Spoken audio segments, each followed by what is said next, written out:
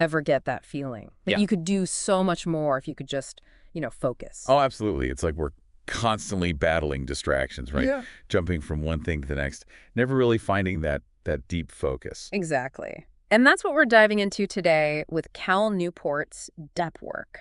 This book, let me tell you, it might just change how you think about, work in general. What really struck me about Newport's work is how he links deep work, not just to personal productivity, but to success in this rapidly changing economy of ours. It's not just about getting things done. It's about, really thriving in this world that seems to get more complex and competitive every day. Yeah, and he uses some really interesting examples. Like who? Well, you've got Nate Silver, the election forecasting guy. Oh, yeah, he's amazing. And then there's David Heinemeier Hansen, the brains behind Ruby on Rails.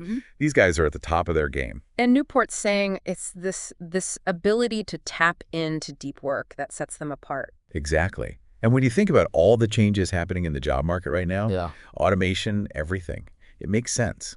So how does deep work play into that? Well, we're seeing this growing divide between two kinds of workers who are really valuable right now. Okay, I'm listening. So you've got those who can work with these really complex machines, really effectively, like Silver, and how he just masters data analysis. Right, it's incredible how he does that. And then you've got the superstars, the ones who've honed their skills. They're just the best at what they do. Like our coder, Hansen. Exactly. And deep work, that's the common thread. It's what underpins both paths to success. I see what you mean, but, and I'm sure I'm not alone here, it feels kind of overwhelming, right? Especially with this always connected work culture we've got going on, open offices, emails and messages flooding in, that pressure to be active on social media. It's a lot. Even tech giants, think about Jack Dorsey, Twitter's founder. He seems to thrive on being constantly distracted. It's a good point. But here's the thing about Dorsey.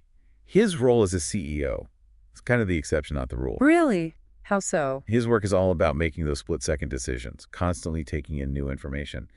But for most of us doing knowledge work, it's the opposite. Deep work, that's where we could really focus, engage with complex ideas, It's how we master difficult things, produce work that matters, and in this competitive economy. Being able to do that, that's what makes us valuable. Okay, I'm starting to get the value proposition here. But if this deep work thing is so important, why is it so hard to come by? What do you mean? Well, you mentioned open offices. Those things are everywhere, like Facebook, Square, those huge open layouts. Right. And then there's this constant pressure to be connected, responding to emails immediately, messages. It's like our work environment is designed to keep us from doing deep work. You're not wrong. Yeah. It's ironic, right? You hear all this talk about open offices and constant communication leading to more collaboration, more innovation. Yeah. And The research, it's not so clear on that. Real. Studies actually show that open offices, yeah, they might seem like they're good for interaction, but they can lead to more distractions. And that constant switching we do between emails, messages, it fragments our attention, makes deep work almost impossible. Makes sense. There's this story in the book about Alyssa Rubin. Oh, yeah. What about her? She's a journalist. And she talked about having to stop her, serious reporting, to write these, I don't know, kind of pointless tweets, just because of that pressure to always be connected, even when it hurts the quality of our work. I get it. But why is deep work so undervalued when it's how we produce really great stuff? Newport talks about this thing, the metric black hole. It's fascinating. Basically, we're wired to focus on what's easy to measure. Like what? Give me an example.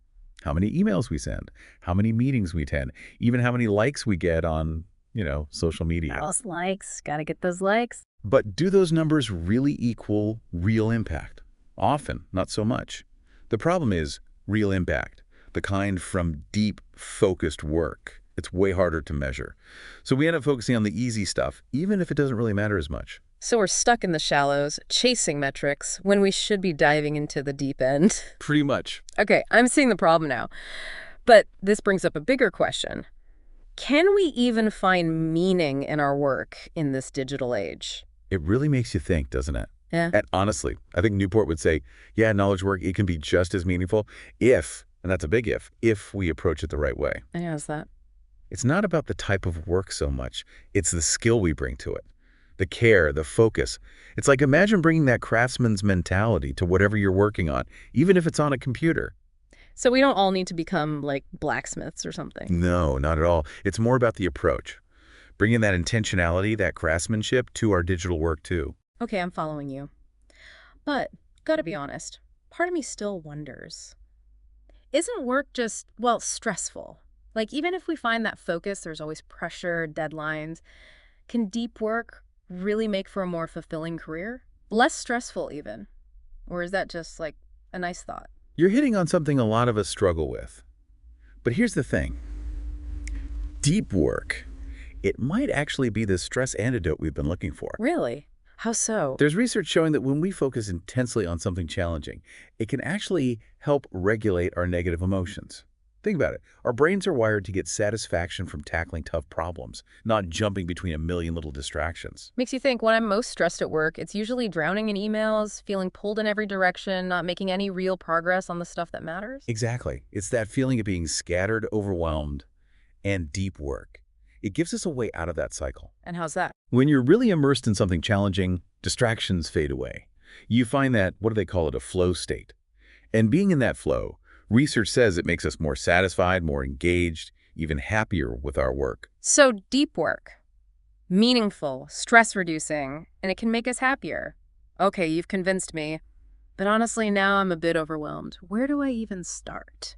That's a really common reaction, actually. Yeah. A lot of people, they hear deep work and think it's this rigid, all-or-nothing thing. Yeah, it sounds kind of intense. But the truth is, there are many different paths to deeper work. The key is finding what clicks for you, for your own way of working. That's good to hear. So what are these different approaches? How do I know which one might be my best bet? So Newport, he lays out 4 main philosophies of deep work: monastic, bimodal, rhythmic, and journalistic. Each one is like a different framework for bringing deep work into your life, your work. Okay, this is getting interesting. Let's break it down a bit. What's this monastic one all about? Is it as hardcore as it sounds? It can be. Picture someone like Neil Stephenson, the science fiction author. Right. I've heard of him. He avoids the internet completely, just to stay focused on his writing. It's about eliminating distractions as much as possible, creating a space that's just for deep work. Wow, that's commitment. I admire the discipline, but I'm not sure I'm ready to swear off the internet entirely. What about this bimodal approach? How's that different? Bimodal's about finding balance. You have times of intense, almost monastic deep work, but then you balance those with other times when you're more accessible, more engaged with the world. Got it. So you're not going off the grid completely. Any examples of this in action? Think of Adam Grant, the Wharton professor. Writes all those bestsellers. Yeah, I've read some of his stuff. He'll schedule these multi-day bursts of deep work, totally disconnected. But then he balances that with other periods where he's more available. That sounds a bit more doable for someone like me just starting to explore this whole deep work thing. So rhythmic philosophy, what's that one about? Rhythmic is all about routine, having a regular, consistent time for deep work. Ah, so it's about building a habit, like exercise or something. Exactly. Like Walter Isaacson, the biographer. Oh, the guy who wrote about Steve Jobs, right? That's him. He said that even short bursts of focused writing every day, they add up to a ton over time. Consistency is key, I guess. Okay, last one. Journalistic. That one really piques my curiosity, especially with all this talk about distraction. Right. Well, the journalistic approach is like being a reporter on deadline. You learn to fit deep work in whenever you can. Sounds challenging. It is. Any free time becomes a chance to go deep. Requires real concentration. Being able to switch into that deep work mode quickly, it is challenging. It's like any skill, though, you got to practice. The more you tap into that deep work mode, the easier it gets. Like training for a marathon, you wouldn't start with 26 miles. You'd be in trouble if you did. Exactly. You build up to it gradually. Deep work's the same. You're training your mind to focus, to tune out distractions, and that takes time, effort. Makes sense. Speaking of distractions, I'm very aware of my own tendency to get sucked into what Newport calls shallow work. The emails, the scrolling, those meetings that could have been an email, it's constant.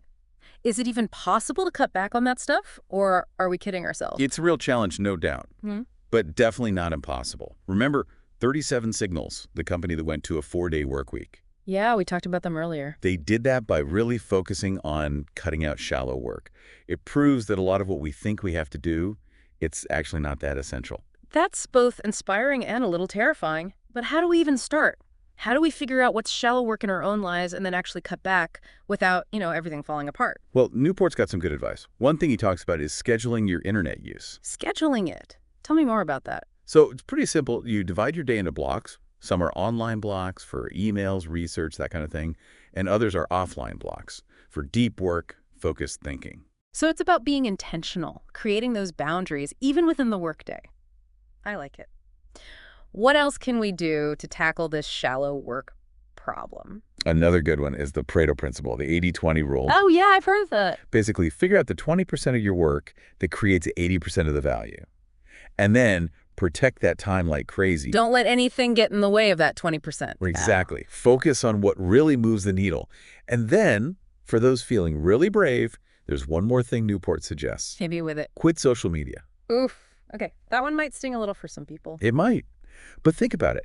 How much of our time and attention do those platforms suck up? And for what? He has a point. He challenges readers to try a 30-day social media fast. Just see what happens. You might be surprised by how little you miss it. Food for thought. This has been a really insightful conversation, really got me thinking differently about work and focus. So any final words of wisdom before we wrap things up? Something to leave our listeners with? One last thing. As you're experimenting with these ideas, try this out. Fix scheduled productivity. Set a hard stop to your workday. Really?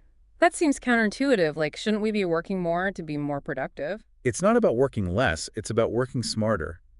When you set that boundary, tell your colleagues, your clients, this is when I'm done, it creates this sense of scarcity. So we're not letting work just fill up all the hours in the day. Exactly. You have limited time, so you get better at choosing how to use it.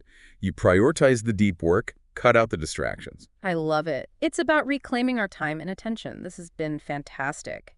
And listeners, we want to hear from you. Have you tried deep work strategies? What works for you? Let us know. Until next time, may your work be deep and your days full of focus.